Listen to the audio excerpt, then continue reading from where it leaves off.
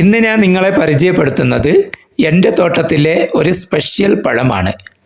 സൗദികൾ ഇതിനെ അസ്കദനിയ എന്നാണ് പറയുക. ലോക്കോട്ട് എന്നാണ് ഇതിൻ്റെ പൊതുവായ പേര്.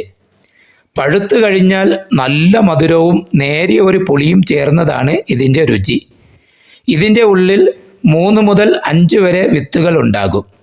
ആരോഗ്യത്തിൻ്റെ കാര്യത്തിൽ ഈ പഴം മുൻപന്തിയിലാണ്. ഇതിൽ ധാരാളം വിറ്റാമിൻ എ, സി അടങ്ങിയിരിക്കുന്നതിനാൽ കാഴ്ചയ്ക്കും ചർമ്മഭംഗിക്കും രോഗപ്രതിരോധ ശേഷി വർദ്ധിപ്പിക്കാനും ഇത് സഹായിക്കുന്നു.